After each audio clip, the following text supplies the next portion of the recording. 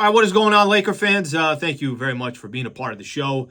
Lakers Talk Daily. So Monday through Friday, we're going to find something that we think is interesting around Lakers basketball. We're going to throw it up right here on YouTube. You can subscribe. ESPN LA is the channel on YouTube. If you guys have been seeing the last week or so, this is actually a big initiative for us in the station. We are putting a lot more content on ESPN LA, so please subscribe to our channel here. We're streaming a lot of our shows live as well, and then of course we'll have Lakers content with Lakers Talk Daily. So this is what we got to get into today. I had already something planned. I was thinking about doing something around Anthony Davis, and then Laker fans.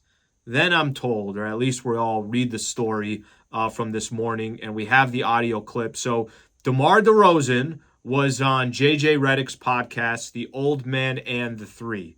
I got a lot to get into. This, I think, hurts every Laker fan to the core. Take a listen to DeMar DeRozan on JJ Redick's podcast, thinking where he thought he was going to end up last offseason. Was the Lakers thing even remotely close? Yeah, it was, to my knowledge, I thought it was a done deal. To my knowledge.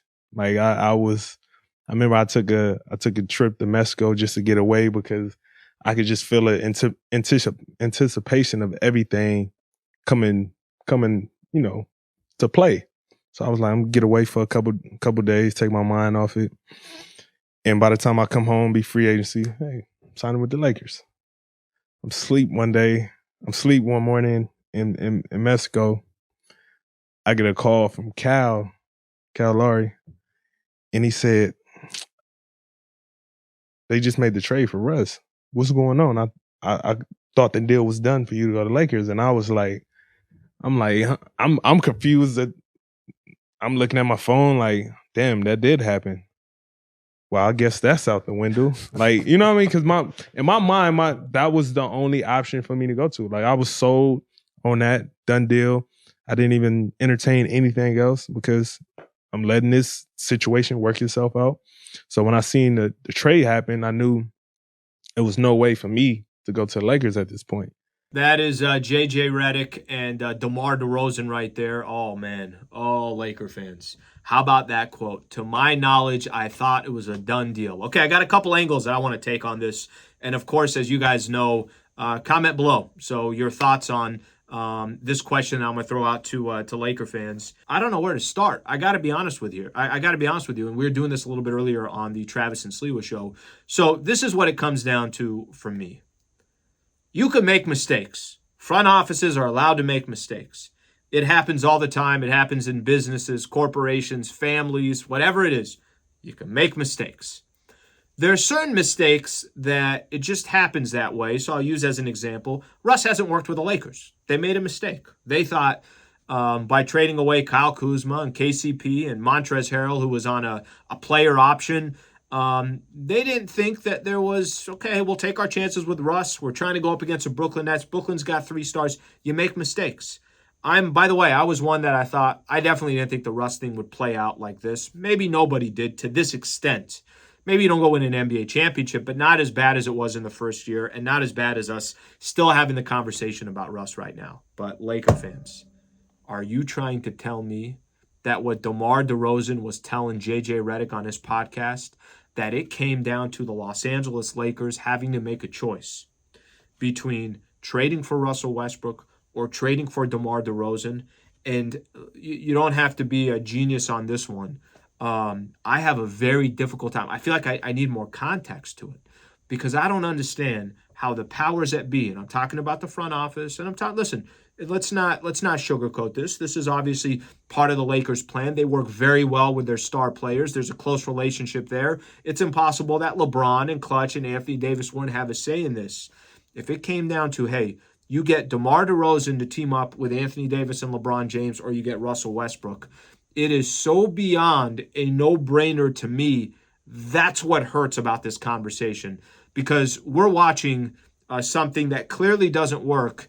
And when you see what DeMar DeRozan brings to the table, there's a couple things that you could take off of this. Is DeMar DeRozan not a perfect complement to LeBron James and Anthony Davis? I'm going to tell you what I mean here. DeMar, you want him to go ISO and go get you some buckets. He's as good as anybody in the league. He could go get a bucket.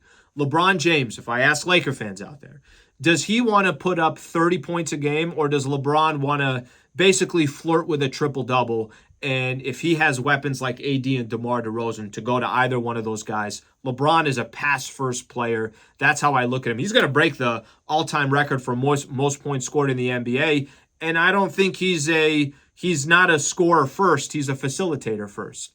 Let me add a couple more things that only makes this even more frustrating. Not only is DeMar by far a better fit, not only would DeMar DeRozan be a fantastic player along with LeBron James and Anthony Davis on the team, but let's go a step further. DeMar DeRozan is about 45th, 46th, somewhere around there as far as his pay ranked in the NBA. Russell Westbrook is second this upcoming season. So DeMar DeRozan is making $27 million today. Russell Westbrook's making $47 million. Not only is DeMar a much better fit, not only will DeMar complement what those guys bring to the table, on top of that, you had $20 more million to work with. You could have maybe went out and got Alex Caruso. You could have, in some type of trade, maybe kept a guy like KCP, just using these as examples. Not only was the better player for this specific team DeMar, but on top of that, I think the clear one for me is just the mere fact that you could have had more money to keep some role players. So there's a lot of different ways to look at this, and I think there's a little bit more. It's one thing to hear rumors. I remember 5-6 months ago, it was Magic. I can't remember. Was he on?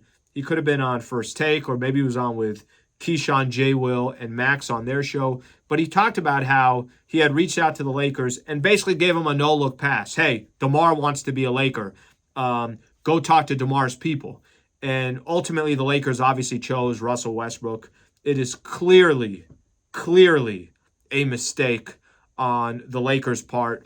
And the fact that you had an option or you had a choice to potentially go get DeMar and to fill out the roster with some role players, that is a tough pill to swallow, especially where the Lakers sit today. Travis and I brought this up, and I'm going to throw this question out to Laker fans right now. If DeMar DeRozan was on the team last year and AD still missed the same amount of games, you think the Lakers are in the playoffs? Do you think they're a playoff team? Feel free to comment below. I think they are. I think DeMar DeRozan and LeBron James and some of those other role players you had was enough to get the Lakers in the playoffs. And listen, what would have happened? You're probably not going to get too far just because Anthony Davis is not healthy. But ultimately, that just kind of shows how much of a game changer that trade was and how much of a game changer you're still feeling the weight on that this year.